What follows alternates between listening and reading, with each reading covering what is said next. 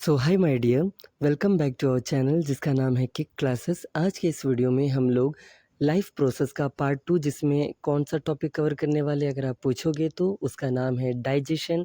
साथ ही साथ हम लोग एक और टॉपिक कवर करेंगे जिसका नाम है रेस्पिरेशन। आई होप आपको ये दोनों टॉपिक समझ भी आएगा और आपको आसान भी लगेगा। तो चलिए पहले रेस्पिरेशन से रिलेटेड कुछ छोटी मोटी बातें करते हैं। जैसे कि रेस्पिरेशन के अंदर आपको ब्रीथिंग कवर करना है, आपको एल्वियोली, आपको कुछ इनडायरेक्ट क्वेश्चंस कवर करने हैं और ब्रीथिंग के अंदर आपको इन्हेलेशन और एक्सहेलेशन वाला जो टॉपिक आता है जो कि ज़्यादा इम्पॉर्टेंट नहीं है बट है, तो आपको वो भी बताएंगे। और साथ ही साथ आपको कुछ मोस्ट इम्पॉर्टेंट क्वेश्चन बताएंगे जो कि सबसे पहला मोस्ट इम्पॉर्टेंट सुन लीजिए, वो है ब्रेकडाउन ऑफ ग्लूकोज। ये रेस्पिरेशन वाले टॉपिक से पूछा जाएगा और ये मोस्ट इम्पॉर्टेंट है। अगर आपको अभी भी नहीं समझ आया तो ज़रा ये वाला देखिए, ये आपको रट्टा मार के जाना पड़ेगा। रट्टा मतलब रट्टा, ओके, मोस्ट इम्पॉर्टेंट है और जब भी हम गोल कर रहे हैं ये उससे भी ज़्यादा इम्पॉर्टेंट है क्योंकि ये उसका प्रोडक्ट है, तो आपको ये पढ़ के जाना है। अब चलिए ज़रा शुरू से हम लोग डाइजेशन वाला टॉपिक सुनते हैं। देखो, डाइजेशन की बात जब भी करोगे सबसे पहले आपको जो नाम पढ़ना होता है वो है अमीबा और पैरामीशियम। ये दोनों यूनिसेलुलर ऑर्गेनिज्म हैं बट इन दोनों में एक फ़र्क है। अमीबा जो होता है उसका फ़ोटो आप देख पा रहे हो जो कि कोई फिक्स्ड पोजीशन, फिक्स्ड बॉडी नहीं होता, जबकि पैरामीशियम के पास होता है।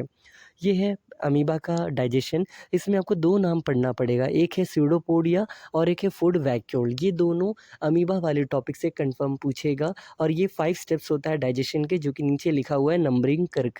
जबकि पैरामीशियम के पास फिक्स्ड माउथ रहता है और इस फिक्स्ड माउथ तक फूड जो पहुँचता है वो किसकी मदद से पहुँचता है, तो ये नाम आपको याद रखना पड़ेगा जिसका नाम है सीलिया। सीलिया के बारे में और अगर आपसे कोई पूछ दे या पैरामीशियम के बारे में तो ये जो लाइन अभी जो हम लिख रहे हैं आपको ये बस पढ़ लेना है। पैरामीशियम एक यूनिसेलुलर फ्री लिविंग प्रोटोजोआ है जिसके पूरी बॉडी में टाइनी हेयर लाइक प्रोजेक्शंस पाया जाता है जिसको सीलिया कहते हैं और इसी की मदद से खाना उसके माउथ तक पहुंच पाता है। नेक्स्ट है ह्यूमन डाइजेशन। देखो, ह्यूमन डाइजेशन में ये जो आप अभी फ़िगर देख पा रहे हो, ये बहुत ही सिंपल फ़िगर है। आपको इसमें इन सब का फ़ंक्शन पढ़ना होता है, लेकिन चलिए हम आपको थोड़ा डिटेल में दिखाते हैं। ये जो अब आप देख पा रहे हो इसमें माउथ से लेकर एनस तक का सबका फ़ंक्शन दिया गया है और ये फ़ंक्शन कम से कम ये फ़ोटो आपको रट्टा मार के जाना ही पड़ेगा, ओके? तो ये काम आप ज़रूर कर लीजिए, आपको ये रट्टा मारना है। एक और बात, अगर आप डिटेल में पढ़ना चाहते हो तो अब ऊपर जो बेल आइकन में दाब के आप क्लिक करके पढ़ सकते हो और टेलीग्राम पर हमारा नोट्स आपको मिल जाएगा जिसका नाम है किक क्लासेस, तो वहाँ से आप नोट्स भी निकाल सकते हो। और अगर आपको इस टाइप के कंटेंट अगर पसंद आ रहे हैं तो ये भी हमें ज़रूर बताइएगा, अपने दोस्तों के साथ भी ज़रूर इस चैनल को शेयर कीजिएगा।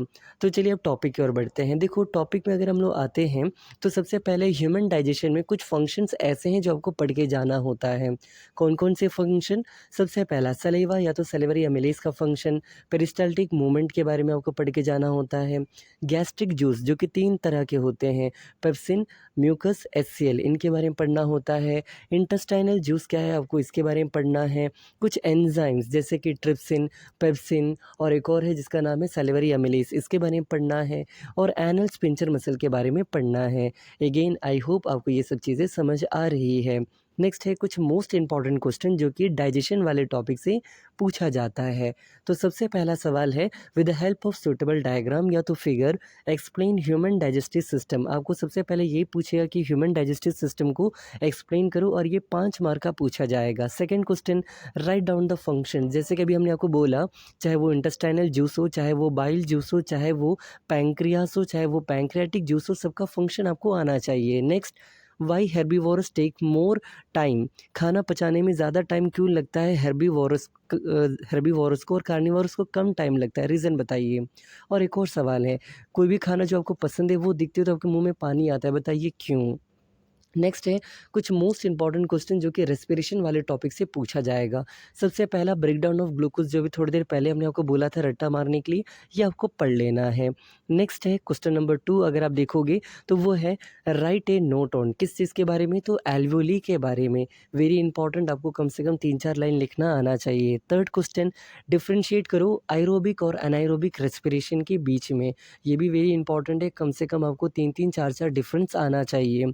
फोर्थ क्वेश्चन की ओर बढ़ते हैं जिसका नाम है how breathing is different from respiration. Breathing और रेस्पिरेशन में डिफरेंस क्या होता है आपको ये भी पता रहना चाहिए। फिफ्थ क्वेश्चन, जो फिश होता है या तो एक्वेटिक ऑर्गेनिज्म होता है, इनका ब्रीथिंग रेट फास्टर होता है, इसका रीज़न बताइए क्यों।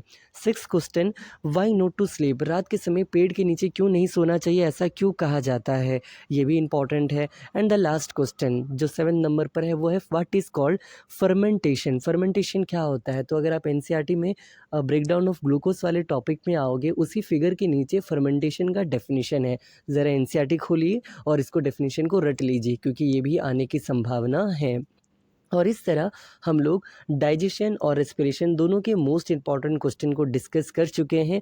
आई होप आपको ये वीडियो ईज़ी लगा होगा, शॉर्ट लगा होगा, समराइज़्ड लगा होगा। अगर आप डिटेल में देखना चाहते तो ऑलरेडी मैंने इन सब का वीडियो कवर किया है पूरे लाइफ प्रोसेस का 5 पार्ट में, आप वो देख सकते हो। और ये एनिमेटेड का सेकंड वीडियो था अपना लाइफ प्रोसेस का। अगर कोई डाउट हो अगर आपके मन में इस चैप्टर या इसके क्वेश्चन से रिलेटेड तो वो भी हमसे ज़रूर पूछिएगा। चैनल में आने के लिए शुक्रिया। इस तरह के और कंटेंट्स देखने के लिए हमारे चैनल को सब्सक्राइब कीजिए और इसी तरह सपोर्ट बनाए रखिए। Thank you.